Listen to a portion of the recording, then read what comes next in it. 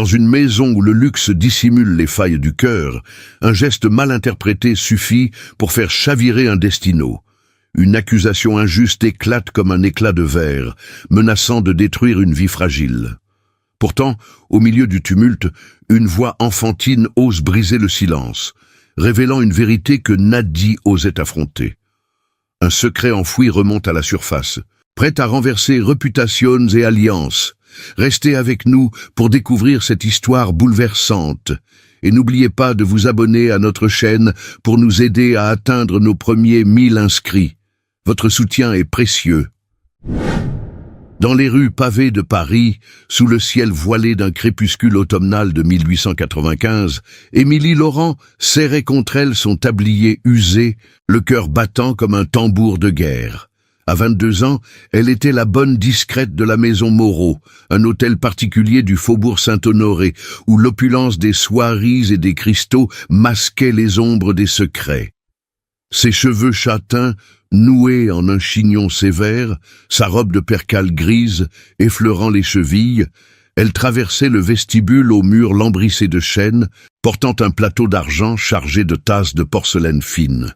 L'air embaumait le thé à la bergamote et les roses fanées, mais une tension invisible pesait, comme un orage prêt à éclater. Ce soir-là, le maître de maison, Henri Moreau, un magnate de la finance aux épaules larges et au regard d'acier, rentrait d'une réunion aux bourses. À 40 ans, il dominait le monde des affaires, avec une poigne de fer forgée dans les crises du Second Empire. Sa moustache impeccablement taillée et son habit noir taillé sur mesure par un tailleur de la rue de Rivoli en imposaient. Sa fiancée, la belle et ambitieuse Claire Duval, l'attendait dans le salon, vêtue d'une robe de taffetas bleu nuit, ornée de perles, ses boucles blondes cascadant sur des épaules laiteuses. À 30 ans, elle incarnait l'élégance parisienne, mais ses yeux verts cachaient une avidité que peu devinaient. Émilie posa le plateau sur la table basse, ses mains tremblant légèrement. Elle avait servi dans cette maison depuis 3 ans, orpheline arrivée de la campagne normande, fidèlement attachée à la routine des corvées. Mais ce jour-là, un bijou manquait, un collier de saphir, héritage familial d'Henri, disparu de la chambre de Claire lors d'une réception la veille.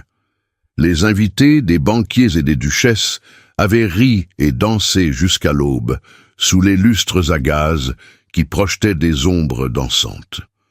Henri entra d'un pas ferme, son pardessus encore humide de la bruine. « Où est-il » gronda-t-il, sa voix résonnant comme un coup de tonnerre. Claire se leva, feignant l'inquiétude, sa main gantée pressée sur la poitrine. « Mon cher, c'est affreux. Le collier a disparu.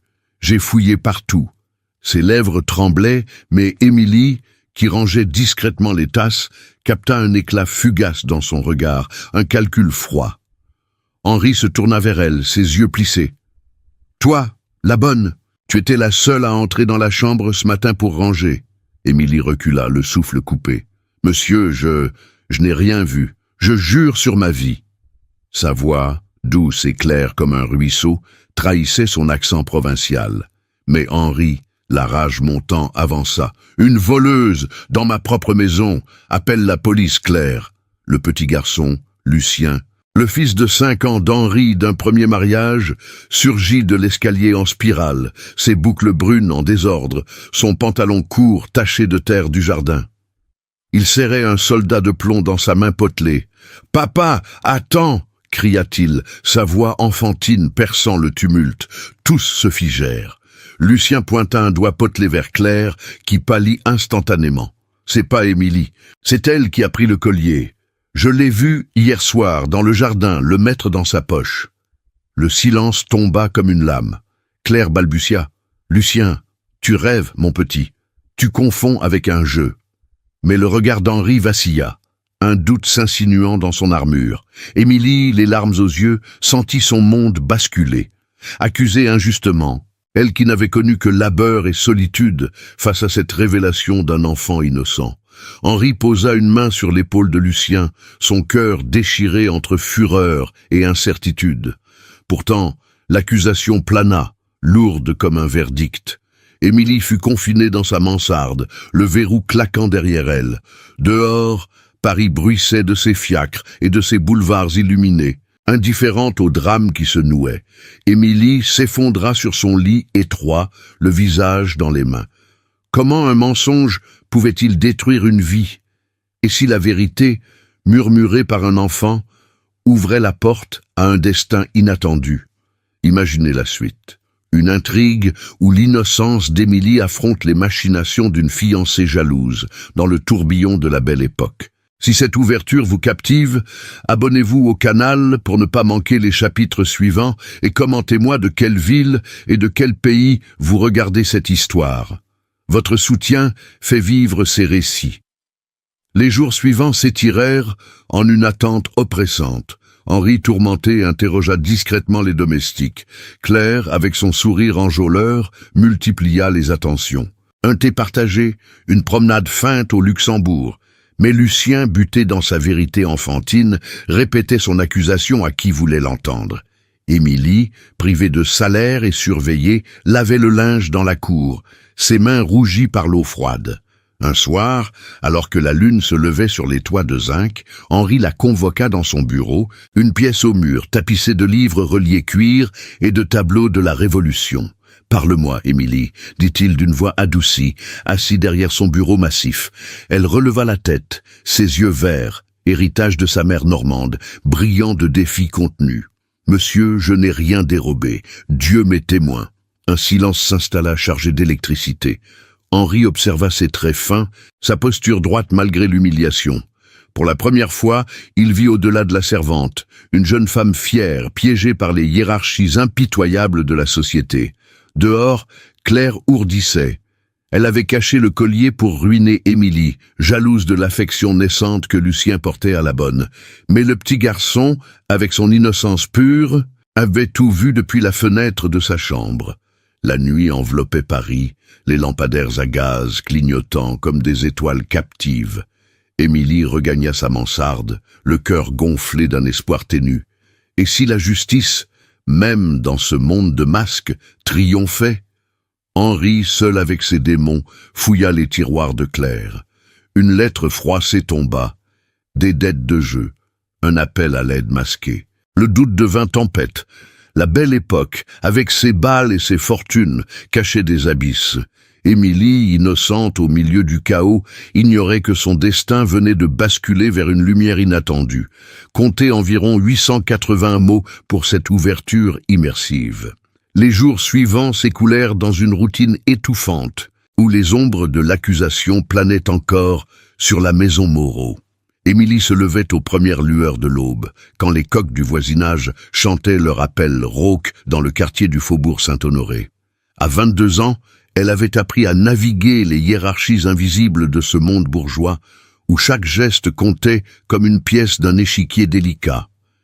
Sa chambre, une mansarde étroite sous les combles, offrait une vue sur les toits de Paris, ses ardoises grises qui scintillaient sous la pluie fine. Elle enfilait sa robe de percale grise, amidonnée avec soin la veille, son tablier blanc noué serré autour de la taille, et descendait l'escalier de service, ses pas feutrés évitant les marches qui grinçaient. La cuisine, au sous-sol, bourdonnait déjà d'activité. La cuisinière, une robuste normande nommée Berthe, remuait une marmite de bouillon où nageaient des carottes et des oignons frais du marché des Halles.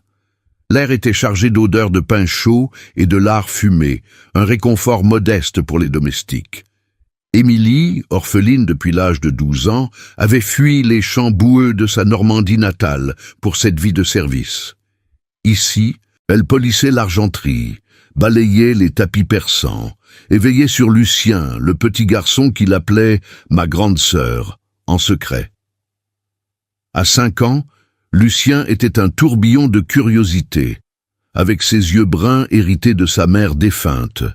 Une artiste peintre emportée par la tuberculose 3 ans plus tôt. Henri, veuf et accaparé par ses affaires à la bourse, confiait l'enfant aux bons soins d'Émilie qui lui contait des histoires de fées normandes pour apaiser ses nuits agitées. Ce matin-là, tandis qu'Émilie essuyait les verres à vin du dîner précédent, des coupes en cristal de baccarat gravées aux armoiries des Moreau, Berthe murmura entre ses dents « Cette Claire Duval, elle met la pagaille. Hier, Elle a renvoyé le valet pour une tache sur son châle de cachemire. Et toi, ma pauvre, avec cette histoire de collier. Sois prudente. Émilie hocha la tête, ses joues rosissant sous l'effort. Les domestiques formaient une petite république souterraine, où les ragots circulaient comme le gaz dans les lampes du salon. On chuchotait que Claire, issue d'une famille appauvrie de la province, visait le titre de Madame Moreau pour remonter la pente. Ses robes de taffetas, cousues par les meilleurs modistes de la rue de la Paix, masquaient des dettes accumulées aux tables de whist des salons parisiens. Henri Moreau, quant à lui, régnait sur sa demeure comme sur ses empires financiers. À 40 ans, il avait bâti sa fortune sur les rails du chemin de fer et les spéculations en coton égyptien survivant aux cracks de 1882. Grand, les épaules carrées sous son gilet de soie, il portait une montre à gousset en or, tic-tac incessant, rappelant le rythme impitoyable des affaires. Chaque matin, il prenait son petit déjeuner dans la salle à manger, au mur tendu de damas vert, lisant le Figaro plié avec précision. Émilie y servait le café noir et les croissants beurrés, baissant les yeux comme l'étiquette l'exigeait. « Merci, Émilie !» grogna-t-il un jour, sans lever le regard de ses colonnes boursières. Ces mots rares, prononcés d'une voix grave, laissaient en elle un écho étrange, mélange de gratitude et de distance. Lucien dévalait alors les escaliers, ses petites bottes claquant sur le marbre. « Émilie, regarde, j'ai trouvé un escargot dans le jardin !» s'exclama-t-il, tendant une main sale. Elle rit doucement, un son clair comme un ruisseau, et l'aida à laver ses mains au lavabo de porcelaine. Claire descendait peu après, parfumée à l'essence de jasmin, sa crinoline bruissant comme un secret. « Bonjour, ma chère », disait-elle à Émilie d'un ton mielleux, mais ses yeux verts scrutaient chaque mouvement, comme si elle guettait une faille. L'étiquette de la belle époque dictait ses politesses. Les bonnes devaient être invisibles, efficaces, et surtout muettes sur les affaires des maîtres. Pourtant, depuis l'incident du collier, l'air semblait chargé d'électricité. Un premier indicio de tension qui rampait sous la surface polie. L'après-midi apportait les rituels sociaux. Henri s'absentait pour des rendez-vous à la chambre de commerce, laissant la maison à ses silences.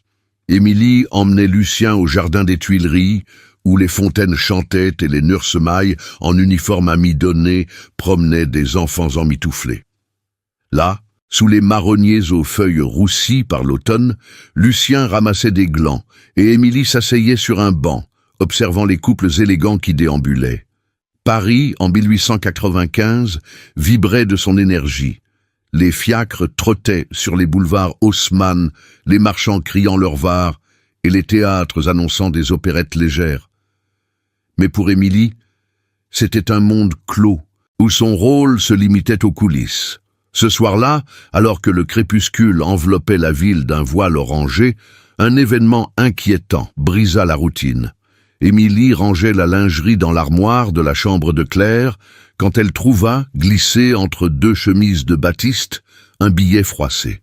Les mots, tracés d'une encre noire, la firent frissonner. « Le collier est à moi maintenant. Payé où je parle.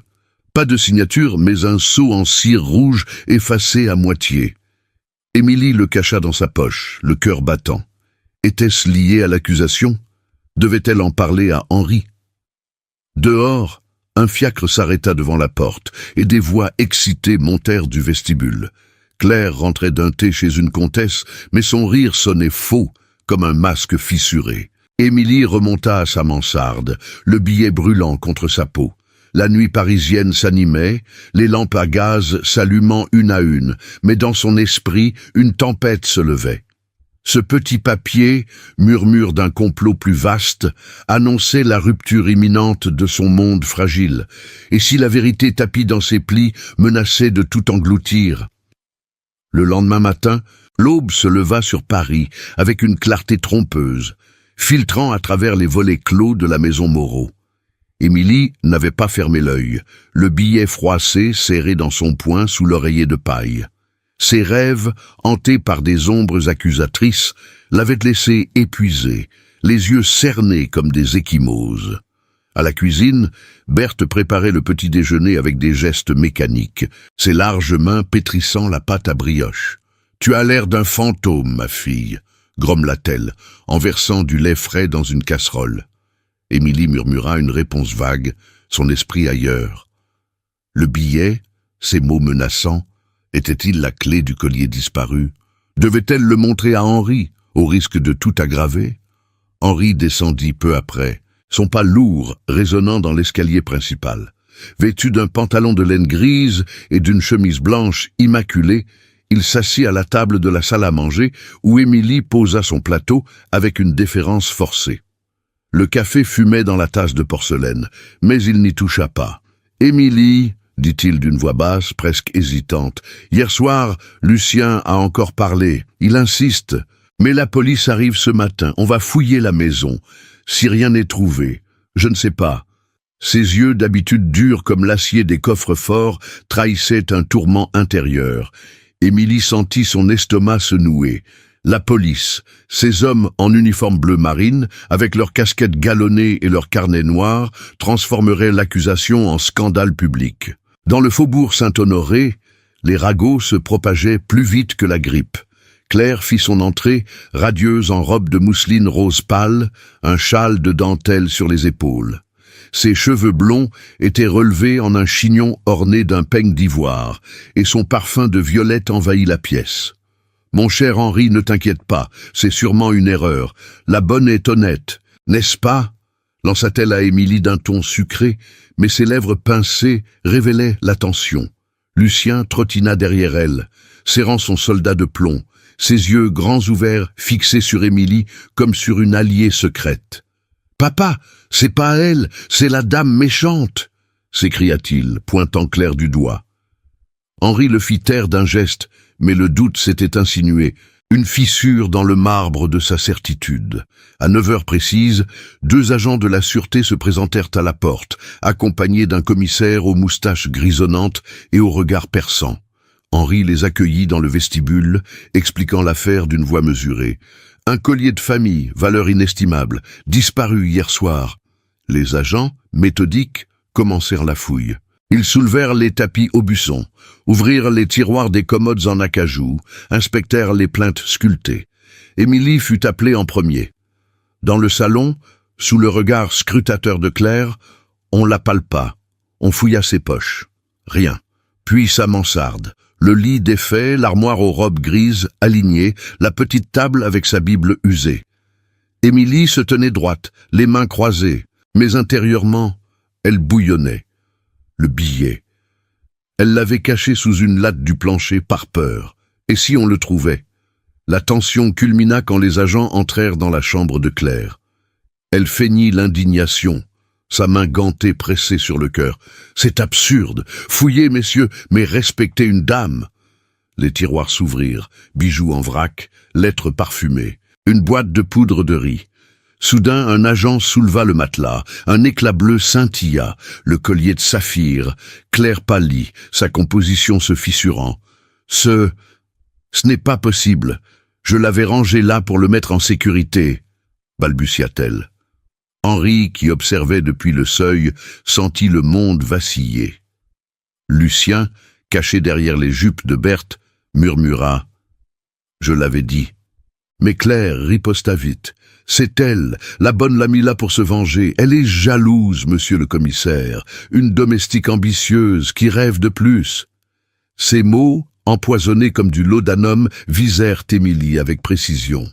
Le commissaire fronça les sourcils, notant dans son carnet. « Mademoiselle Laurent, avez-vous un alibi pour hier soir ?» Émilie, la gorge serrée, répondit « J'étais en bas, à servir les invités. » Demandez à Berthe. La cuisinière confirma d'un hochement de tête, mais le doute persistait. Dans ce monde de classe figée, une bonne contre une fiancée bien née, les agents emportèrent le collier pour expertise, promettant un rapport sous 24 heures. Henri congédia Claire pour un entretien privé, sa voix tonnante traversant les murs. « Explique-toi !» Émilie, libérée provisoirement, s'effondra dans la cuisine. Berthe lui offrit une tasse de tisane à la camomille. Courage, petite, la vérité finit par sortir, comme le soleil après la pluie. Mais pour Émilie, la normalité avait volé en éclats. Accusée, fouillée comme une criminelle, elle hésitait, montrer le billet maintenant. Cela briserait le fragile équilibre, attirerait la police plus profondément dans les secrets de la maison. Claire, en sortant du bureau d'Henri, lui lança un regard venimeux, un murmure sifflant. « Tu regretteras ça, servante. » Lucien s'approcha d'Émilie, glissant sa main dans la sienne. « Ne pars pas, papa va comprendre. » L'après-midi, un nouveau coup frappa. Un valet apporta une lettre cachetée adressée à Henri. Une calomnie anonyme, accusant Émilie de vol mineur passé, signée d'un sceau similaire à celui du billet. Claire avait-elle des complices? Henri la lut en silence, son visage assombri. Il convoqua Émilie au salon où les tentures de velours rouge absorbaient la lumière. « Je ne sais plus quoi penser, avoua-t-il, mais Lucien, il ne ment pas. Reste pour l'instant, aide-moi à éclaircir ça. » Émilie accepta, le cœur battant, mais à quel prix? La société bourgeoise, avec ses codes inflexibles, la condamnait déjà. Demain, les journaux mondains colporteraient à l'affaire, ruinant sa réputation. Elle n'avait plus d'autre choix, plongée dans ce tourbillon, alliée avec l'enfant et peut-être Henri contre l'ombre grandissante de Claire. Dehors, les cloches de Notre-Dame sonnaient midi, marquant le début d'une rupture irréversible. Et si cette accusation, loin de la briser, l'armait pour une bataille qu'elle n'avait pas choisie? Les jours qui suivirent l'arrivée de la lettre anonyme s'écoulèrent comme un brouillard épais sur la Seine, enveloppant la maison Moreau d'une suspicion palpable. Émilie, à présent placée sous une surveillance discrète, accomplissait ses tâches avec une vigilance accrue, ses pas légers évitant les regards accusateurs des autres domestiques. Berthe, la cuisinière fidèle, lui glissait des encouragements murmurés à la table de la cuisine, mais l'air même semblait chargé de venin.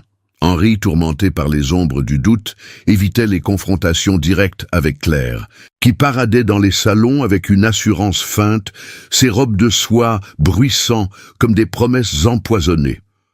Lucien, le petit phare dans cette tempête, cherchait Émilie à chaque instant, ses petites mains agrippant son tablier pour lui confier des secrets d'enfant, des rêves de château et de dragons vaincus. 3 jours après la fouille de la police, un événement semi-public força Émilie à sortir de l'ombre protectrice de la maison.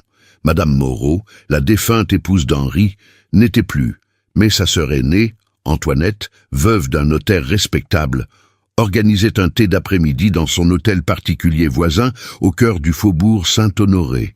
Antoinette, une femme d'une 40aine d'années aux cheveux poivre et sel, relevés en un chignon austère, avait convié une poignée de dames de la bourgeoisie parisienne, des épouses de banquiers, une baronne appauvrie et 2 veuves de la haute société. L'invitation, arrivée par courrier cacheté, incluait une note laconique pour Henri. « Venez avec votre fiancé et l'enfant. Oublions les ragots. » Mais Claire, sentant l'opportunité, insista pour qu'Émilie accompagne Lucien, sous prétexte de garder l'enfant discret. En vérité, c'était un piège subtil, une arène où tester la bonne accusée devant des yeux scrutateurs. Émilie enfila une robe de serge noire plus décente que son tablier quotidien, ses cheveux châtains noués en un trait simple orné d'un ruban fané. À 22 ans, elle se sentait exposée, comme un oiseau sorti de sa cage. Le trajet en fiacre brinque-ballant sur les pavés humides dura une éternité. Lucien, assis à ses côtés, babillait joyeusement, serrant un soldat de plomb contre son cœur. Henri et Claire suivaient dans un autre véhicule, séparé par l'étiquette. À l'arrivée, l'hôtel d'Antoinette s'ouvrait sur un vestibule aux miroirs dorés et aux vases de cristal, emplis de chrysanthèmes automnaux. L'air embaumait le thé à la rose et les pâtisseries fines de chez le nôtre, macarons saupoudrés de sucre glace, éclairs au chocolat tiède. Dans le salon aux meubles Louis XV capitonné de velours crème, les dames étaient installées en cercle, leurs robes de taffetas multicolores formant un arc-en-ciel contenu. Antoinette, en robe de lainage gris perle, avec un col haut de guipure, accueillit le groupe d'un sourire poli, mais ses yeux gris perçants s'attardèrent sur Émilie. « La bonne de mon frère, n'est-ce pas? Entrez, mademoiselle Laurent. Lucien, viens embrasser ta tante. » Émilie s'inclina, les joues en feu, et guida l'enfant vers un coin où des jouets en bois l'attendaient. Claire, radieuse en robe de faille vert émeraude ornée de perles, s'assit avec grâce, dominant la conversation de ses anecdotes sur les derniers bals de l'opéra. Henri, en habit sombre et cravate de soie, se tenait en retrait, son regard d'acier balayant la pièce comme un homme en terrain miné. La tension monta vite, subtile comme une piqûre d'abeille. Une des invitées, une baronne aux boucles grises et au châle de cachemire, sirota son thé avant de lancer d'une voix mielleuse. « J'ai entendu dire, monsieur Moreau, qu'il y a eu un petit incident chez vous. Un bijou disparu? Paris est si prompt au commérage. » Les tasses tintèrent nerveusement. Claire rit, un son cristallin mais tranchant. « Oh, une malencontreuse méprise. Rien de grave, madame. La police a tout clarifié. » Mais son regard glissa vers Émilie, qui versait du lait dans la tasse de Lucien, un défi muet. « Reste à ta place, servante. » Henri se raidit, ses doigts serrant l'accoudoir de son fauteuil. En effet, une erreur regrettable, murmura-t-il, sa voix grave couvrant le silence. Pour la première fois, ses yeux croisèrent ceux d'Émilie, un regard bref, chargé d'une protection instinctive, comme un bouclier levé dans l'ombre. Elle baissa la tête, mais sentit un frisson la traverser, un micro-geste de solidarité dans ce monde de hiérarchie impitoyable. La friction de classe s'intensifia quand Antoinette, feignant l'innocence, demanda à Émilie « Et vous, mademoiselle, comment supportez-vous ces ragots? Une bonne doit avoir les nerfs solides. » Les rires fusèrent, légers mais blessants, comme des aiguilles sous la peau. Émilie, les mains tremblantes sur la théière d'argent, répondit d'une voix ferme. « Madame, je fais mon devoir. Les innocents n'ont rien à craindre. » Un silence suivit, rompu par le cliquetis d'une cuillère. C'est alors qu'apparut l'objet symbolique, un broche ancien en émail bleu hérité de la mère d'Henri. Antoinette le portait épinglé à son corsage, un bijou modeste comparé au collier de saphir, mais chargé d'histoire. Un talisman familial offert lors d'un voyage en Italie, 20 ans plus tôt. En aidant Lucien à ramasser un jouet tombé, Émilie frôla accidentellement le broche, qui se détacha et roula sous la table. Elle se pencha pour le ramasser, ses doigts effleurant le métal froid. « Permettez-moi, madame, » dit-elle, en le tendant à Antoinette. Celle-ci le prit, mais observa. « Curieux, il ressemble à celui que votre mère portait, Henri. Vous vous en souvenez ?» Henri hocha la tête, un voile de nostalgie passant sur son visage buriné. Pour Émilie, ce geste anodin initia un arc émotionnel. Le broche, symbole de lignée intègre, contrastait avec l'accusation qui la salissait. Dans ce moment partagé, un regard prolongé entre elle et Henri, tandis qu'il remerciait d'un hochement discret, une étincelle naquit, un silence complice au milieu du tumulte social. Claire, observant depuis son siège, plissa les yeux. Dans l'ombre de la pièce, elle murmura à une invitée « Cette bonne, elle se croit au-dessus de sa condition ». Son manège n'échappa pas à Henri, qui serra les mâchoires. Le thé s'acheva sur des politesses forcées, mais la semence de l'humiliation était plantée. Une des dames, en partant, glissa à Antoinette un commentaire audible. « Prenez garde, ma chère, les domestiques ambitieux causent bien des ennuis. » Émilie, portant Lucien endormi dans ses bras, regagna la maison avec le groupe, le cœur gonflé d'un mélange d'espoir ténu et de crainte. Ce soir-là, alors que les lampes à gaz illuminaient les boulevards, une conséquence sociale visible frappa comme un coup de fouet. Un valet remit à Henri un exemplaire frais du Gaulois, plié à la page des chroniques mondaines. Un paragraphe discret mais venimeux. Scandale discret au faubourg Saint-Honoré. Une domestique accusée de larcin dans une demeure influente. La fiancée du maître, innocente, sauve l'honneur. Signée d'un pseudonyme, mais Claire avait-elle des plumes à sa solde? Henri froissa le journal, son regard sombre se posant sur Émilie qui rangeait les tasses du thé. « Cela va empirer », murmura-t-il, une main effleurant brièvement son épaule, un geste fugace, chargé de promesses non dites. Dehors, Paris bruissait de ses secrets. Mais pour Émilie, ce commentaire imprimé ouvrait les portes d'un exil social plus profond. Et si, pour se défendre, elle devait affronter Claire non plus en silence, mais en pleine lumière. Les jours suivants, le thé chez Antoinette s'étirèrent en une danse précaire entre suspicion et routine forcée. Émilie, marquée par l'article du Gaulois qui circulait déjà dans les salons du quartier, accomplissait ses tâches avec une ombre sur le cœur. Les autres domestiques, autrefois complices discrets, la regardaient maintenant avec une pitié mêlée de crainte, comme si elle portait la peste. Berthe, seule fidèle, lui glissait des tartines de pain beurré en murmurant « Tiens bon, ma fille, les vents tournent vite à Paris. » Henri, de son côté, s'enfermait dans son bureau, consultant ses notaires pour contrer les ragots, tandis que Claire multipliait les visites mondaines, son sourire de porcelaine intact. Une tempête d'automne surprit la ville ce vendredi soir, alors que les cloches de Saint-Philippe-du-Roule sonnaient 7 heures. Le ciel d'un gris d'ardoise se déchaîna sans avertissement. Des rafales hurlantes fouettèrent les boulevards, arrachant les feuilles des platanes et inondant les trottoirs de flaques miroitantes. Les fiacres s'immobilisèrent, leurs lanternes oscillant comme des bougies dans le vent. Dans la maison Moreau, les volets claquaient, et l'odeur de la terre mouillée s'infiltrait par les fissures. Henri rentra trempé, son chapeau melon dégoulinant, après une réunion avortée à la Bourse.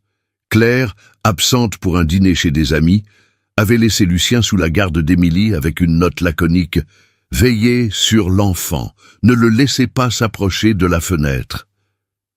Émilie, qui berçait Lucien dans le salon aux meubles enveloppés de housse blanche, sentit l'angoisse monter avec les éclairs. L'enfant, pâle sous ses boucles brunes, serrait son soldat de plomb contre lui, ses yeux grands comme des soucoupes fixés sur les flammes dansantes de la cheminée à gaz. « J'ai peur, Émilie », murmura-t-il, sa voix chevrotante perçant le grondement extérieur. Elle le serra plus fort, son tablier gris collant à sa peau moite. « Chut, mon petit, les orages passent, raconte-moi ton histoire préférée, celle du chevalier normand. » Mais Lucien secoua la tête, tremblant. Henri entra alors, son pardessus ruisselant formant une flaque sur le parquet ciré. « La tempête bloque tout, personne ne sortira ce soir, dit-il d'une voix rauque, allumant une lampe supplémentaire. Ses yeux, fatigués par l'éveil, croisèrent ceux d'Émilie, un regard prolongé, chargé d'une vulnérabilité inattendue. Le confinement s'imposa comme une fatalité. La cuisinière et les valets, terrifiés par les éclairs, se replièrent dans les communs, laissant le salon aux 3 âmes esselées. Henri ferma les lourds rideaux de velours, isolant la pièce du chaos extérieur. La pluie martelait les vitres comme des doigts insistants et le tonnerre roulait, faisant vibrer les cristaux du lustre. Pour distraire Lucien, Émilie fouilla un tiroir de la commode. Un vieux violon, hérité de la mère d'Henri, poussiéreux mais intact, apparut. « Jouons de la musique, monsieur, cela calme les tempêtes. » Henri hésita puis hocha la tête. Il prit l'instrument, ses doigts calleux, marqués par des années de signature sur des contrats, effleurant les cordes. Un air mélancolique s'éleva, une gigue normande apprise dans l'enfance, les notes graves résonnant comme un souvenir enfoui. Lucien s'apaisa, blotti contre Émilie, mais la musique ouvrit des brèches plus profondes. Henri posa le violon, le regard perdu dans les flammes. « Ma femme, elle jouait cela pour Lucien avant la maladie. La tuberculose l'a emporté en quelques mois. J'étais à la Bourse, toujours absent, bâtissant une fortune sur des rails de fer. Et elle s'éteignait seule. » Sa voix se brisa, révélant un homme brisé sous l'armure du magnate. Émilie, le cœur serré, murmura « Monsieur, le deuil est une ombre qui suit. Ma mère est morte dans les champs, emportée par la fièvre, quand j'avais 12 ans. J'ai appris à survivre, à ne pas plier. Mais la solitude, elle ronge comme l'acide. » Leurs yeux se rencontrèrent à nouveau, un silence complice s'installant, plus intime que les mots. Lucien, somnolent, glissa. « Émilie est gentille, papa. Pas comme l'autre dame. Henri s'approcha, s'asseyant près d'eux sur le canapé usé. Sa main effleura celle d'Émilie en ajustant la couverture sur Lucien. Un geste innocent, mais chargé d'électricité, une promesse tacite de protection mutuelle. « Tu n'es pas seule dans cette maison, Émilie. Pas avec moi. J'ai douté, mais Lucien voit clair. Et moi. Je commence à voir aussi. » Elle rougit, baissant les yeux sur le violon, objet ancré dans le passé qui desnudait leurs blessures. Sa culpabilité de veuf absent, son luto d'orpheline exploité. La confiance naissait, fragile comme une flamme dans le vent, humanisant Henri au-delà du maître impitoyable. Pour la première fois, il n'était plus le magnate, mais un homme hanté par le devoir et la perte, et elle, plus qu'une servante, une âme résiliente. La tempête hurlait toujours dehors, mais à l'intérieur, une chaleur nouvelle se diffusait. Émilie raconta des bribes de sa Normandie, les falaises battues par la mer, les marchés au fromage odorant. Henri écouta, captivé, partageant ses propres ombres, une enfance dans un quartier modeste de Lyon, avant la ruée vers l'or parisien. « J'ai construit des empires, mais perdu une famille », avoua-t-il, sa voix basse comme un confessionnal. Elle posa une main sur son bras, un geste osé dans ce monde d'étiquettes, mais le tonnerre couvrit tout reproche. Lucien s'endormit enfin, paisible, et ils restèrent ainsi, côte à côte, jusqu'à ce que la pluie faiblisse en un murmure. Soudain, un bruit à la porte d'entrée. Un valet, trempé jusqu'aux os, apporta un message urgent. Claire rentrait, accompagnée d'un notaire aux allures sombres, un homme aux lunettes pincées et au manteau noir. « Monsieur Moreau, votre fiancé exige une explication immédiate, et... il y a une lettre pour la bonne. » Émilie la prit, les doigts tremblants, des mots hachés, anonymes, la menaçant de poursuite si elle ne se taisait pas sur le collier, le sceau en cire rouge, identique à celui du billet précédent. Claire entra derrière, son châle dégoulinant, les yeux verts, flamboyants de rage contenue. « Henri, cette tempête est un signe. Éclaircissons tout maintenant, avant que les ragots ne nous noient. » Le réconfort fragile s'évapora, remplacé par une marée descendante d'angoisse. Émilie serra la lettre contre elle, le cœur plombé. La nuit, loin d'unir, menaçait de tout séparer à nouveau. Et si cette confidence naissante n'était qu'un répit avant l'abîme? La nuit de tempête céda place à une aube grise et lourde, comme si Paris elle-même retenait son souffle après le chaos. Émilie, les yeux rougis par une veille agitée, descendit à la cuisine aux premières lueurs, où Berthe attisait le feu dans la cheminée de pierre. L'odeur du café moulu se mêlait à celle de la pluie séchée, un réconfort éphémère dans l'air encore chargé d'électricité. La lettre anonyme, glissée dans sa poche, pesait comme un fer rouge contre sa hanche. Ces mots hachés. « Tais-toi, ou la police saura tout sur tes vols imaginaires », portait le sceau rouge, marque indélébile d'un complot qui s'épaississait. Claire avait-elle ourdi cela avec le notaire? Émilie serra les dents, son tablier gris noué avec précision, et prépara le petit déjeuner pour Lucien, qui dormait encore, innocent au milieu de la tourmente. Henri, dans son bureau au lambris sombre, relisait les documents étalés sur son bureau massif.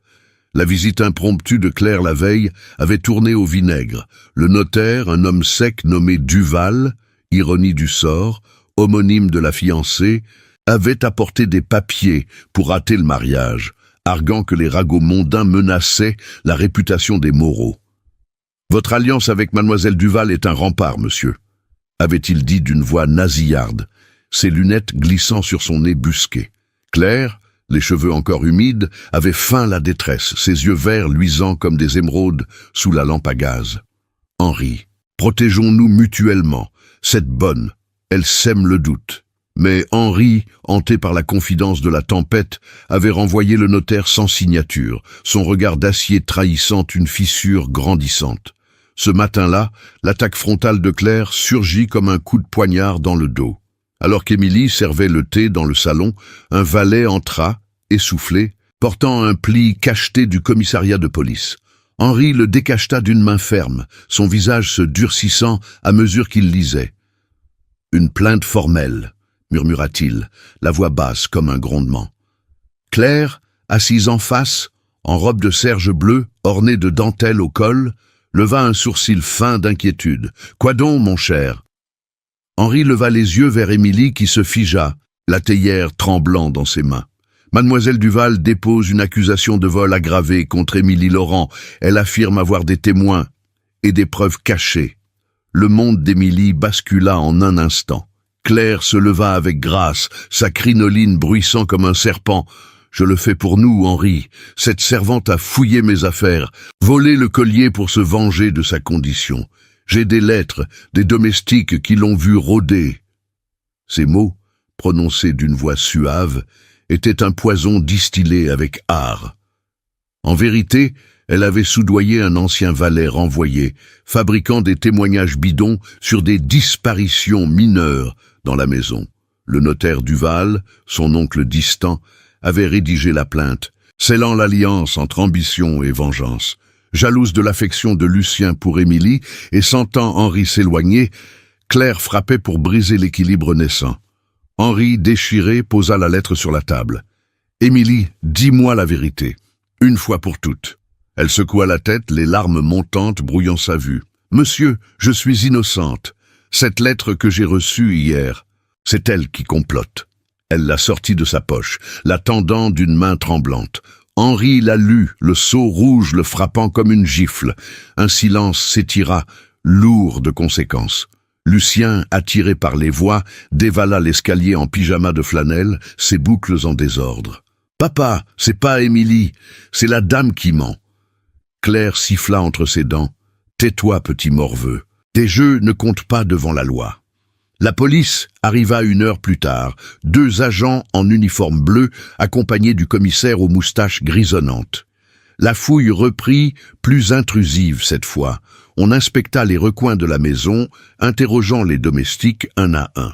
Berthe, loyale, défendit Émilie d'une voix ferme. « Jamais vu cette fille voler une miette. » Mais Claire produisit ses preuves, une lettre falsifiée, signée d'un faux nom, et le témoignage payé du valet qui jura avoir vu Émilie près du collier. Le commissaire nota tout, son regard perçant fixant Émilie. « Mademoiselle Laurent, vous êtes en état d'arrestation provisoire. Une nuit au dépôt, le temps de l'enquête. » Émilie sentit le sol se dérober. La perte de soutien fut tangible. Les domestiques, craignant pour leur place, se murèrent dans le silence. Henri, impuissant face à la loi, même un magnate comme lui ne pouvait défier ouvertement la sûreté, vit sa confiance en Claire se briser, mais trop tard pour stopper le rouleau compresseur. « Je paierai la caution demain », promit-il à Émilie, sa voix rauque d'émotion contenue.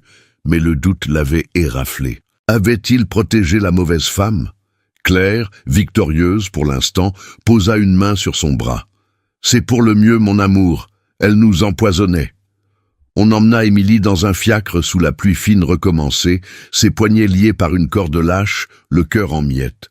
Le dépôt de la préfecture, un bâtiment austère rue de Jérusalem, l'avala dans ses couloirs froids aux murs suintants.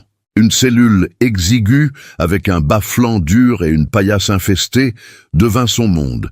Isolée, sans un mot de réconfort, elle s'effondra, les sanglots étouffés contre le mur de pierre. Sa réputation, déjà entachée par les journaux, sombrait dans l'abîme. Demain, le scandale éclaterait en public, la marquant comme voleuse aux yeux de Paris. Plus de retour possible à la vie simple de Bonne. L'accusation, publique et légale, l'exilait dans un no man's land social. Henri, seul dans le salon désert, brisa un verre contre le mur, la colère le dévorant.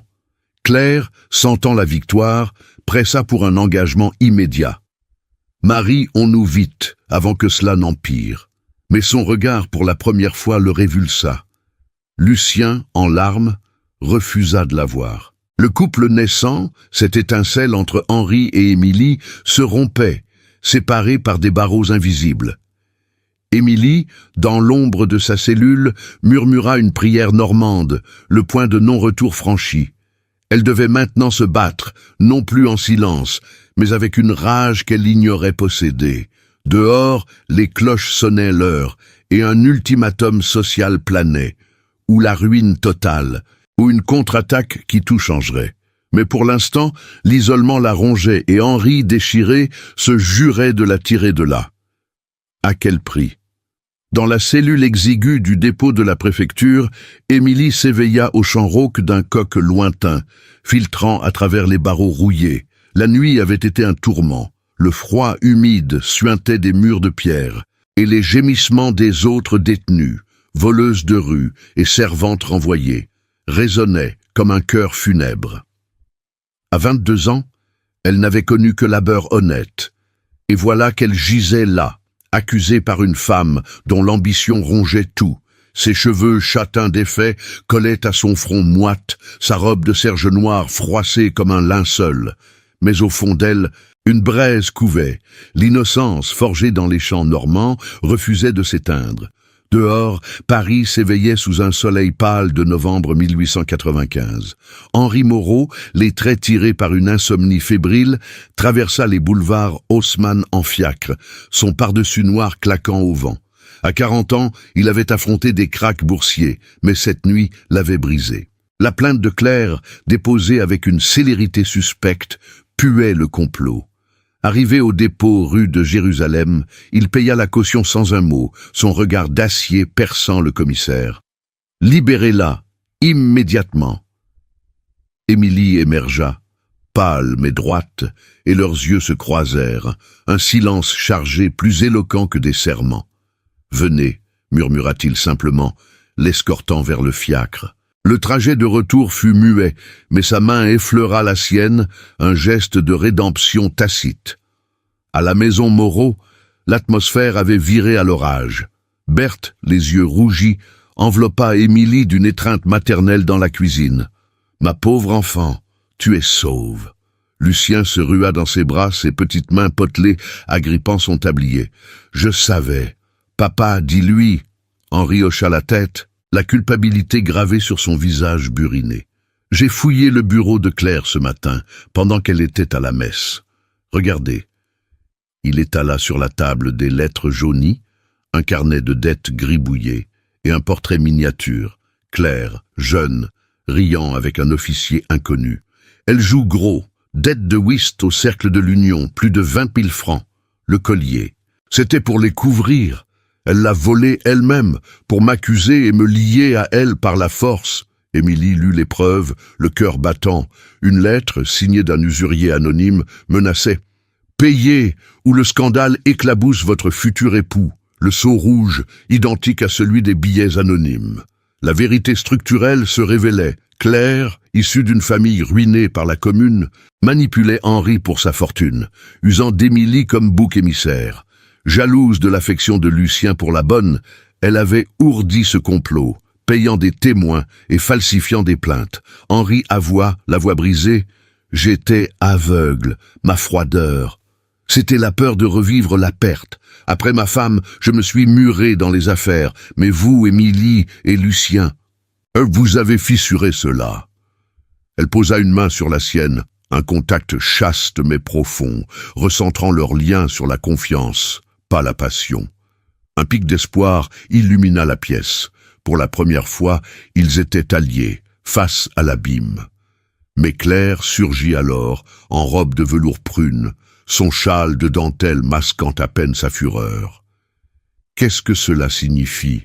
Vous la libérez. Elle est coupable. » Henri la confronta brandissant les lettres. « Assez de mensonges, vos dettes, vos manigances. » Tout est là. Claire pâlit, mais riposta avec venin. « Et si je parle? Vos secrets familiaux, votre veuvage honteux, la tuberculose de votre femme, due à votre négligence. » La menace plana, un val de danger. Elle pouvait salir la réputation des Moreau dans les salons, et ruiner Henri aux yeux de ses pères banquiers. Lucien, tapis derrière Émilie, cria « Menteuse !» L'indignation gonfla contre cette femme qui piétinait l'innocence pour son avidité. Émilie, sentant le moment pivotal, assume son agence. « Non !» dit-elle d'une voix ferme, claire comme un glas. « C'est fini, j'écrirai à la police et à la presse si besoin. » Elle rédigea une lettre sur le champ, dans le bureau d'Henri, ces mots précis, témoignage de l'innocence, détail des preuves trouvées, appel à la justice pour les manipuler comme elle. Berthe posta la missive au commissariat et une copie alla au Figaro, sous pseudonyme. Cette action proactiva altéra tout.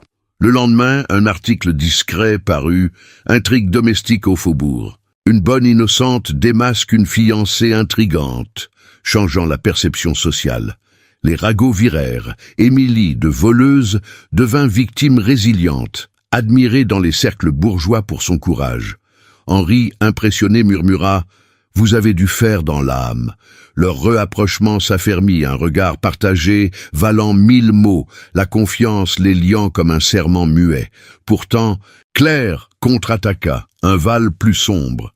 Elle envoya un émissaire, un cousin endetté, menaçant Henri d'un procès pour diffamation si les lettres étaient rendues publiques. « Perdez votre fortune, ou épousez-moi ». L'indignation culmina.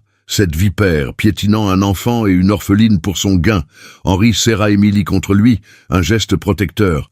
Ensemble, nous vaincrons. Leur premier succès, la lettre d'Émilie diffusée, la police alertée, rayonnait, mais la menace de Claire assombrissait l'horizon. Si vous aimez cette histoire jusqu'ici, appuyez sur le bouton like pour soutenir le canal. Le soir même, une invitation arriva. Un bal masqué à l'Opéra Garnier, organisé par la Chambre de commerce. Henri y était convié, et Claire comptait y parader. « Venez avec moi », dit-il à Émilie, « c'est l'arène décisive ». Le cœur battant, elle accepta, sachant que là-bas, sous les lustres étincelants, le destin se jouerait en public. Mais Claire guettait, son ombre plus longue que jamais. Et si ce bal, au lieu de triomphe, devenait le piège final ? Le bal masqué de l'Opéra Garnier pulsait comme un cœur vivant, sous les lustres à gaz qui déversaient une lumière dorée sur les marbres et les velours cramoisis. Paris, en ce soir de novembre 1895, s'était paré de ses plus beaux atours. Masques de plumes et de satin, robes de taffetas bruissant comme des murmures secrets, habits noirs taillés par les maîtres de la rue de Rivoli. L'air vibrait d'un orchestre jouant un quadrille enlevé, mêlé aux rires étouffés et aux cliquetis de coupes de cristal remplies de champagne pétillant. Henri Moreau, le masque noir couvrant à demi son visage buriné, guidait Émilie à travers la foule des banquiers, des duchesses et des intrigants de la chambre de commerce.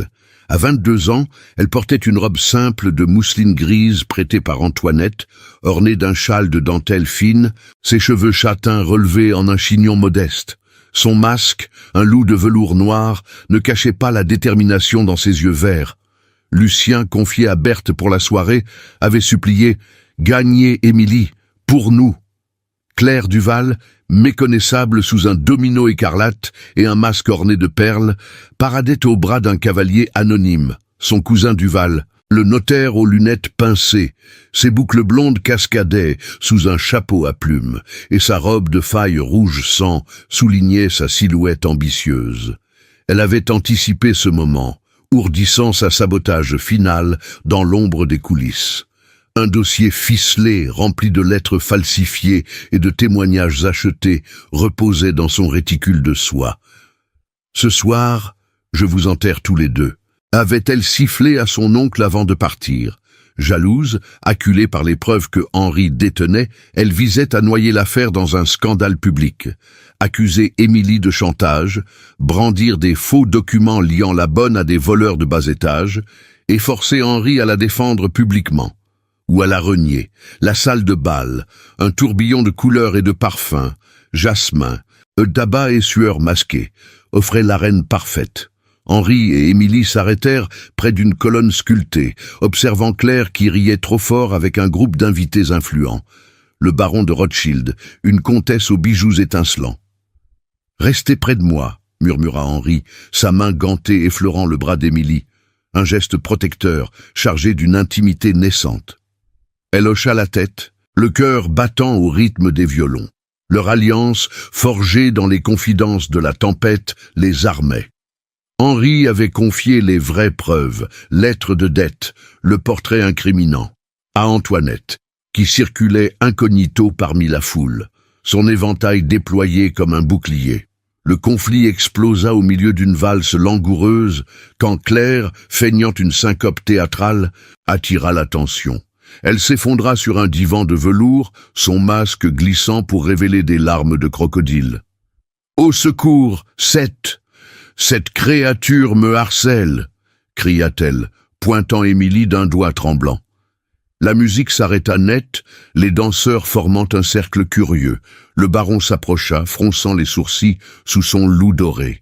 « Expliquez-vous, Madame Duval. Un scandale à l'opéra, inadmissible !» Claire se redressa, hystérique, sortant son dossier. « Regardez, des lettres prouvant que la bonne Émilie Laurent complote avec des voleurs. Elle a volé mon collier pour me ruiner et maintenant elle extorque Monsieur Moreau. J'ai des témoins payés, non des témoins honnêtes. » Elle agita les papiers falsifiés. Une page jaunie prétendant lier Émilie à un réseau de larcins dans les Halles. Les murmures enflèrent, une domestique ambitieuse. Quelle audace! Un invité, un journaliste masqué, nota frénétiquement, prêt à colporter l'affaire dans les chroniques du Figaro. Émilie sentit la panique la gagner, mais Henri la retint d'un regard ferme. « Pas de panique, c'est notre tour. » Il leva la voix, claire et autoritaire, dominant le tumulte. « Messieurs, dames, écoutez la vérité. Cette femme que j'ai crue digne de mon nom a fabriqué ces mensonges pour couvrir ses propres dettes, 20 000 francs aux tables de whist. » Il fit signe à Antoinette, qui s'avança, sortant d'un coffret discret les vraies lettres, le carnet de dettes taché d'encre, le portrait de Claire avec son amant passé. « Voyez vous-même, ma belle-sœur atteste, Claire Duval a volé le collier familial pour payer ses créanciers. Émilie Laurent, innocente, a souffert de ses calomnies. Et mon fils, Lucien, l'a vu de ses yeux d'enfant. La foule se tut, les masques tombant un à un pour révéler des visages stupéfaits. Le baron examina les documents, son monocle luisant. Ciel, c'est sot, authentique. Et ce portrait? Madame Duval expliquait cela. Claire balbutia, pâle comme un linge. C'est faux, une machination de cette servante. Mais son cousin, paniqué, trahit tout. Tante, non. Les témoins étaient payés, je le jure. Un valet de l'opéra, témoin impartial, confirma avoir vu Claire cacher le collier lors de la réception. La contre-attaque fut implacable. Henri appela le commissaire présent incognito, un allié discret de la chambre, qui lut les preuves à voix haute. Arrestation immédiate pour diffamation et vol. L'indignation collective frappa Claire comme un raz-de-marée. La comtesse cracha. « Une intrigante! Honte à elle !» Les invités, autrefois sous son charme, se détournèrent, leurs éventails claquant comme des gifles. Émilie, le menton haut, affronta les regards. « J'ai servi avec honnêteté. L'innocence triomphe toujours. » La communauté, ébranlée, reconfigura tout. Applaudissements sporadiques pour Émilie, murmures admiratifs. Quelle bravoure pour une orpheline! Et un isolement glacial pour Claire, escortée dehors par les agents, son domino écarlate traînant comme un suaire. Le picot d'euphoria déferla. Victoire totale, le magnate humilié publiquement, les masques tombant sur ses mensonges. Henri serra Émilie contre lui, un geste chaste mais triomphant sous les vivats. « Vous avez été magistrale !» Elle sourit, les larmes aux yeux, validant leur lien forgé dans l'épreuve. La musique reprit, plus joyeuse, mais le silence post-tempête enveloppa le couple. Ils s'éloignèrent vers un balcon donnant sur les toits de Paris, illuminés par les lampes à gaz. « Émilie, restez avec moi, non comme servante, mais comme égale », murmura Henri, ôtant son masque. Elle posa une main sur la sienne, un engagement tacite scellant leur avenir. Dehors, la nuit enveloppait la ville, mais pour eux, l'aube pointait. Si cette victoire vous émeut, abonnez-vous au canal pour ne pas manquer aucune autre histoire captivante. Et si le piège de Claire n'était pas tout à fait refermé. Les jours qui suivirent le bal masqué à l'Opéra Garnier s'écoulèrent comme un fleuve apaisé après une crue dévastatrice. Paris, en ce décembre 1895, s'enrobait d'un manteau de givre sur les boulevards illuminés par les lampadaires à gaz, mais dans la maison Moreau du faubourg Saint-Honoré, une lumière nouvelle filtrait à travers les carreaux givrés. Claire Duval, escortée hors de la salle de bal par les agents de la sûreté, avait sombré dans l'abîme qu'elle avait creusé. Le lendemain, le commissaire aux moustaches grisonnantes, allié discret d'Henri, lança une enquête formelle. Les preuves, lettres de dette, un témoignage falsifié, le collier de saphir retrouvé dans sa chambre, la condamnèrent sans appel.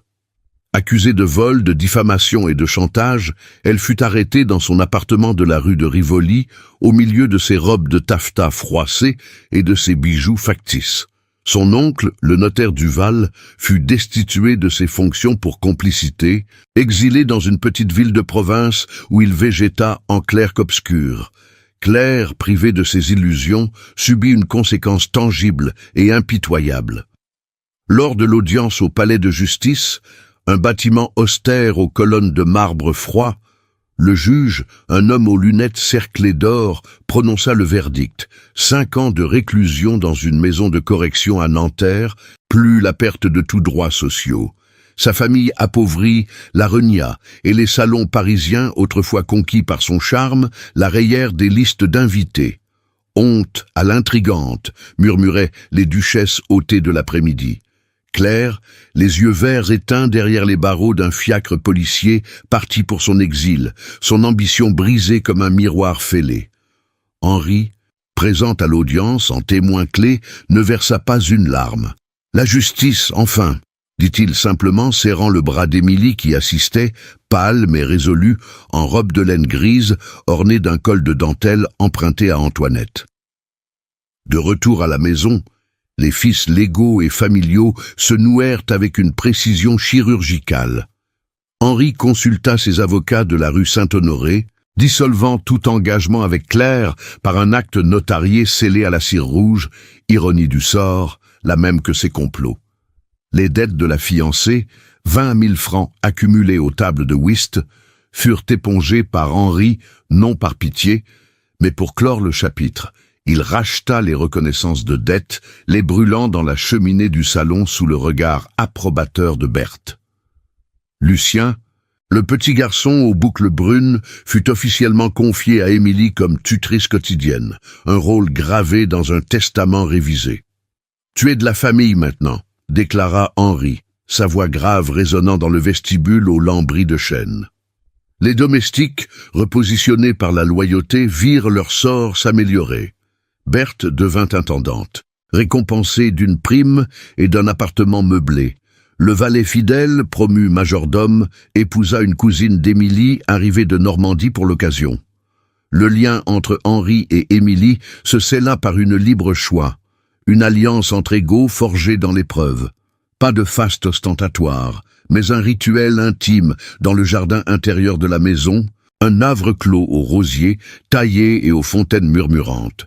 Sous un ciel d'hiver clair où les premières neiges saupoudraient les branches nues, Henri offrit à Émilie un anneau simple en or blanc, sans histoire toxique, commandé chez un joaillier discret de la place Vendôme, gravé seulement de leurs initiales entrelacées. « Pas de chaîne du passé », murmura-t-il, glissant l'anneau à son doigt fin.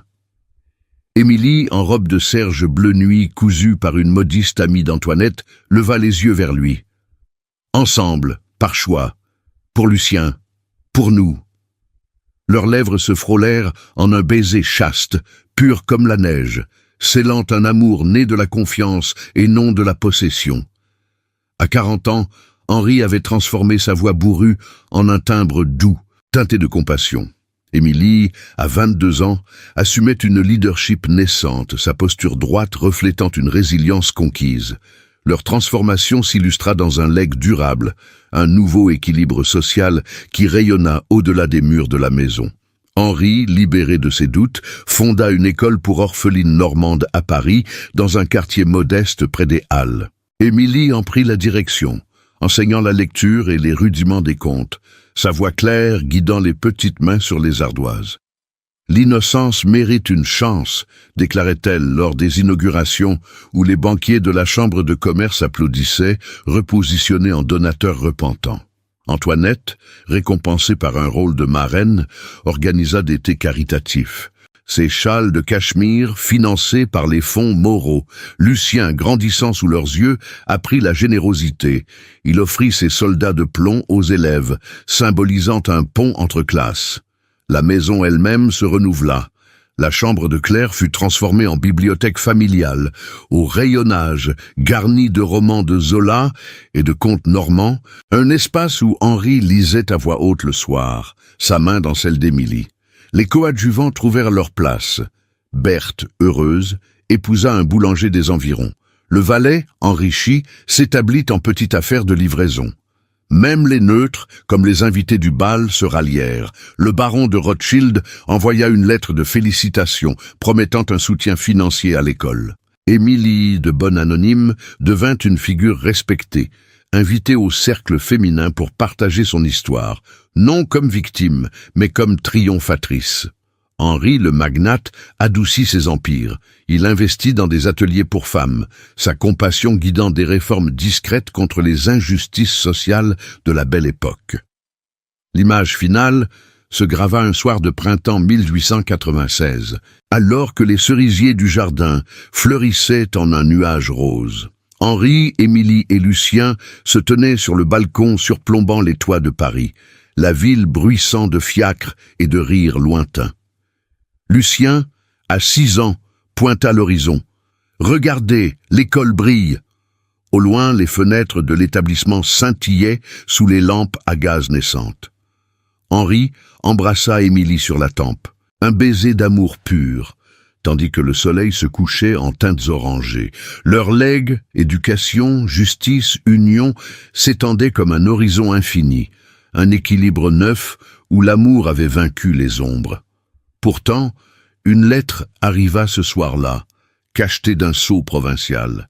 Un cousin de Claire, repentant, offrait un témoignage final pour clore l'affaire. Ou était-ce le début d'une nouvelle intrigue? Henri la posa sur la table, souriant à Émilie. « Demain, nous verrons. » Le futur s'ouvrait, lumineux et incertain. 10 ans s'étaient écoulés depuis ce printemps de 1896, où les cerisiers du jardin Moreau avaient fleuri comme un présage de renouveau. Paris, en 1906, avait changé de visage. Les boulevards s'élargissaient encore, sous les ordres d'un urbanisme effervescent, les fiacres cédant peu à peu la place aux premiers automobiles ronronnantes, bien que les lampadaires à gaz persistent dans les quartiers cossus du faubourg Saint-Honoré. La maison des Moreau, autrefois ombre de suspicion, respirait désormais une sérénité profonde, ses murs lambrissés de chênes polis par le temps, ses salons emplis de rires d'enfants et de murmures complices. Henri, à 50 ans, avait vu ses tempes grisonner, mais son regard d'acier s'était adouci en une lueur chaleureuse, forgée par les années de paix conquises. Ses épaules, toujours larges sous un gilet de soie impeccable, portait moins le poids des affaires que celui d'une famille élargie. Émilie, 32 ans à présent, n'était plus la bonne effacée de jadis. Sa silhouette gracile, moulée dans une robe de lainage bleu ardoise, aux manches bouffantes et au col de guipure fine, indumentaire sobre mais élégante d'une épouse bourgeoise, trahissait une assurance conquise. Ses cheveux châtains, relevés en un chignon souple orné d'un peigne d'ivoire, encadraient un visage où les yeux verts brillaient d'une sagesse mûre. Elle et Henri s'étaient mariés 2 ans après le scandale, dans une chapelle discrète de la rue du Faubourg Saint-Honoré, entourée d'Antoinette et de Berthe, sous un ciel de novembre pluvieux. Pas de bal somptueux, mais un rituel intime, scellé par l'anneau gravé qui ornait encore son doigt. Leur amour, né des ombres de l'épreuve, avait résisté au temps comme un chêne normand, profond, raciné dans la confiance, nourri par des silences partagés et des regards qui disaient tout. Lucien, à 15 ans, avait grandi en un jeune homme élancé, aux boucles brunes domptées en une coupe soignée, ses yeux bruns hérités de sa mère défunte, pétillants d'intelligence. Il étudiait au lycée Louis le Grand, excellent en mathématiques et en histoire, un esprit vif aiguisé par les contes d'Émilie et les leçons d'Henri sur les empires financiers honnêtes. « Père, Émilie m'a appris que la vraie fortune est dans la justice. » déclarait-il souvent lors des dîners familiaux où la table de la salle à manger, tendue de damas verts, ployait sous les plats de Berthe, rôtis de veau aux herbes. Une tarte aux pommes normandes et vin de Bordeaux millésimé. Lucien appelait Émilie mère depuis ses 7 ans, un titre conquis par l'affection quotidienne, par les nuits où elle l'avait veillé contre les cauchemars, par les promenades au jardin des Tuileries où elle lui enseignait les fleurs et les étoiles. Mais le destin avait béni leur union d'un nouveau fruit. Une fille, nommée Sophie, âgée de 8 ans, aux cheveux châtains ondulés comme ceux d'Émilie et aux yeux d'acier d'Henri. Née en 1898, dans la chambre autrefois sinistre de Claire, Sophie était un tourbillon de joie, courant dans le jardin aux rosiers épanouis, son petit tablier blanc taché de terre. « Papa, raconte-moi encore l'histoire de la méchante dame », implorait-elle le soir, blottie contre Henri sur le canapé de velours usé. Il riait, sa voix grave adoucie. « C'était il y a longtemps, ma chérie. L'innocence a gagné. » Sophie incarnait leur legs, une génération libérée des ombres passées, éduquée dans les valeurs de compassion que l'épreuve avait gravées. Les changements sociaux et familiaux s'étaient tissés comme une tapisserie riche. L'école pour orphelines normande, fondée par Henri et dirigée par Émilie, prospérait désormais dans un bâtiment neuf près des Halles, ses murs blanchis à la chaux, abritant 200 élèves. Émilie y passait ses matinées, enseignant la lecture à des petites, aux robes de percale grises, identiques à celles qu'elle portait jadis. « Lisez, mesdemoiselles, et le monde s'ouvrira », disait-elle, sa voix claire résonnant dans la salle au pupitre de bois ciré. Henri, semi-retraité des spéculations boursières, investissait ses fortunes dans des ateliers pour femmes, où des veuves et des domestiques apprenaient la couture et les contes, brisant les chaînes des hiérarchies impitoyables de la belle époque finissante. Antoinette, veuve épanouie, gérait les fonds caritatifs. Son chignon poivre et sel orné de perles simples, un rôle qui l'avait rajeuni. Berthe, à la retraite, vivait dans un cottage aux portes de Paris avec son boulanger, recevant la famille pour des dimanches odorants de pain frais. Pourtant, le prix payé par certains pesait encore dans les mémoires, teinté de nostalgie amère. Claire Duval, libérée après 3 ans pour bonne conduite, la loi de 1906, adoucissant les peines pour les femmes, avait sombré dans l'oubli. Exilée à Lyon chez une tante revêche, elle végétait comme gouvernante chez des bourgeois mineurs, ses robes de taffetas vendues pour dette. À 40 ans, ses yeux verts éteints par le regret, elle avait écrit une lettre anonyme à Henri, implorant pardon. « J'ai perdu tout par orgueil. » Il l'avait brûlée sans réponse, mais Émilie, dans un élan de compassion, avait fait don d'une somme discrète via un avocat pour qu'elle ne meure pas dans la misère. « La haine ne guérit pas », avait-elle murmuré à Henri. Son oncle, le notaire Duval, était mort ruiné en 1902, son complot l'ayant marqué d'une tache indélébile. Les autres domestiques, loyaux, avaient prospéré. Le majordome s'était établi en commerce florissant. Sa femme, une cousine d'Émilie, tenant boutique de mode modeste. Ce soir d'automne 1906, alors que les feuilles rousses tourbillonnaient dans le jardin, la famille se réunit au salon, aux tentures renouvelées de soie crème. Lucien lisait à voix haute un passage de Victor Hugo, sa voix d'adolescent grave et assurée. Sophie dessinait des cerisiers sur une ardoise, tandis qu'Émilie brodait un mouchoir pour Antoinette, ses doigts agiles dansant sur le lin fin. Henri, assis près du feu crépitant dans la cheminée de marbre, observait, le cœur gonflé d'une émotion contenue. « 10 ans, et chaque jour, je vous remercie, Émilie, » murmura-t-il, prenant sa main. Elle sourit, les yeux humides. « Notre amour a survécu aux tempêtes. Regardez-les, notre legs vit. » Lucien leva les yeux. « Mère, père, sans vous, je serais perdu. » Sophie sauta sur les genoux d'Henri. « Et moi, je suis là grâce à vous. » Dehors, Paris bruissait sous un ciel étoilé, les lampes à gaz clignotant comme des souvenirs. La famille, unie par les épreuves surmontées, formait un tableau nostalgique. L'orpheline devenue pilier, le magnate adouci par l'amour, les enfants rayonnant d'un avenir clair. L'amour avait résisté, transformant les cicatrices en force.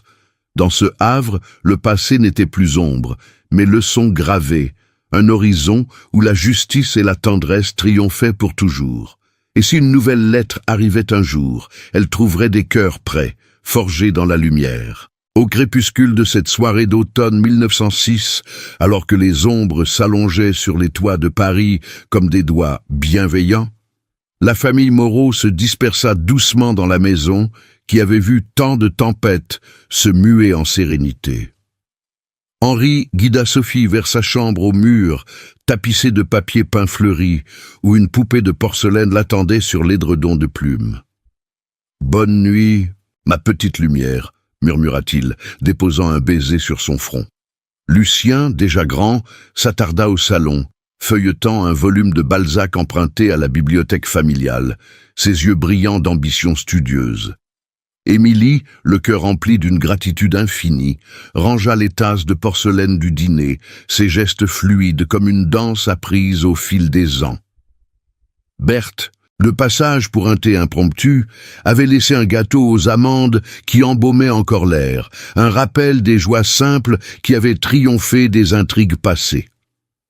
Henri rejoignit Émilie près de la fenêtre du salon, où la vue sur les boulevards illuminés par les lampes à gaz dessinait un tableau vivant de la belle époque qui s'estompait doucement. Il posa une main sur son épaule, un geste devenu naturel, chargé de 10 années d'amour tissées dans l'adversité. « Regardez notre monde, Émilie, ce que nous avons bâti. C'est plus qu'une maison. C'est une leçon gravée dans le marbre du temps. » Elle se tourna vers lui, ses yeux verts reflétant les lueurs extérieures, et sourit avec une tendresse qui effaçait les cicatrices d'autrefois. « Oui, Henri. L'innocence n'est pas une faiblesse, mais une force qui illumine les ténèbres. Nous l'avons appris à nos dépens. Les masques tombent, les mensonges s'effritent, et ce qui reste est pur, indestructible. Leur histoire, née d'une accusation injuste dans les ombres d'une demeure opulente, résonnait comme un hymne à la résilience. Émilie se rappelait ces nuits de doute, quand le collier de saphir avait symbolisé non seulement un vol, mais un assaut contre l'âme même de l'honnêteté. Henri, le magnate impitoyable forgé par les affaires, avait découvert que la vraie richesse résidait dans la confiance accordée à ceux qui la méritaient. Un enfant aux yeux purs, une orpheline au cœur vaillant. Ensemble, ils avaient transformé la trahison en triomphe, prouvant que l'amour, quand il naît de la vérité, surmonte les hiérarchies sociales et les ambitions voraces. Claire, avec son avidité dévorante, avait payé le prix fort, non seulement par l'exil et la ruine, mais par la perte de son humanité, un avertissement éternel sur les dangers de l'orgueil démesuré. Et Lucien, ce petit garçon qui avait désigné la coupable d'un doigt innocent, avait grandi en homme intègre, prêt à porter le flambeau de la justice dans un monde encore inégal. Sophie, leur joie partagée, incarnait l'avenir, une génération où les femmes comme Émilie pourraient s'élever sans chaîne grâce aux écoles et aux ateliers qu'ils avaient fondés. La leçon la plus précieuse, murmura Émilie à Henri, c'est que personne n'est condamné à son sort. Même la plus humble des âmes peut renverser les puissants, si elle croit en sa lumière intérieure. Il hocha la tête, serrant sa main. Et l'amour. Il n'est pas un contrat, mais un choix quotidien qui guérit les blessures les plus profondes. Tandis que la nuit enveloppait Paris d'un voile étoilé, Émilie et Henri s'assirent près de la cheminée, les flammes dansant comme des souvenirs vivants. Leur union, scellée par un baiser volé sous les lustres de l'opéra, avait fleuri en un jardin familial, où chaque pétale rappelait la victoire de l'innocence sur la perfidie. La belle époque, avec ses bals étincelants et ses secrets enfouis, s'achevait sur cette note triomphante. La justice, quand elle est défendue avec courage, forge des légendes qui inspirent les cœurs à travers les âges. Si cette histoire d'Émilie et Henri vous a touché au plus profond, comme elle l'a fait pour tant d'autres, partagez vos pensées dans les commentaires ci-dessous. Dites-moi ce que vous en avez retenu. Une leçon, un moment préféré ou simplement ce qui vous a ému. Et pour savoir qui a suivi cette épopée jusqu'au bout, écrivez le mot « innocence » en majuscule dans votre message. Cela m'aidera à célébrer votre fidélité et à faire rayonner ces récits auprès d'un public plus large. N'oubliez pas de vous abonner au canal pour ne rater aucune nouvelle aventure dans l'univers captivant de la Belle Époque. Des intrigues passionnantes, des triomphes inattendus et des leçons qui résonnent encore aujourd'hui. Et si vous avez aimé ce voyage, jetez un œil aux cartes en fin de vidéo pour d'autres histoires similaires, des romances dramatiques, des injustices vaincues et des amours éternels. Merci d'avoir été là jusqu'à la dernière flamme. Votre engagement fait vivre ces contes et ensemble, nous écrivons l'histoire. À bientôt pour de nouvelles lumières dans l'ombre.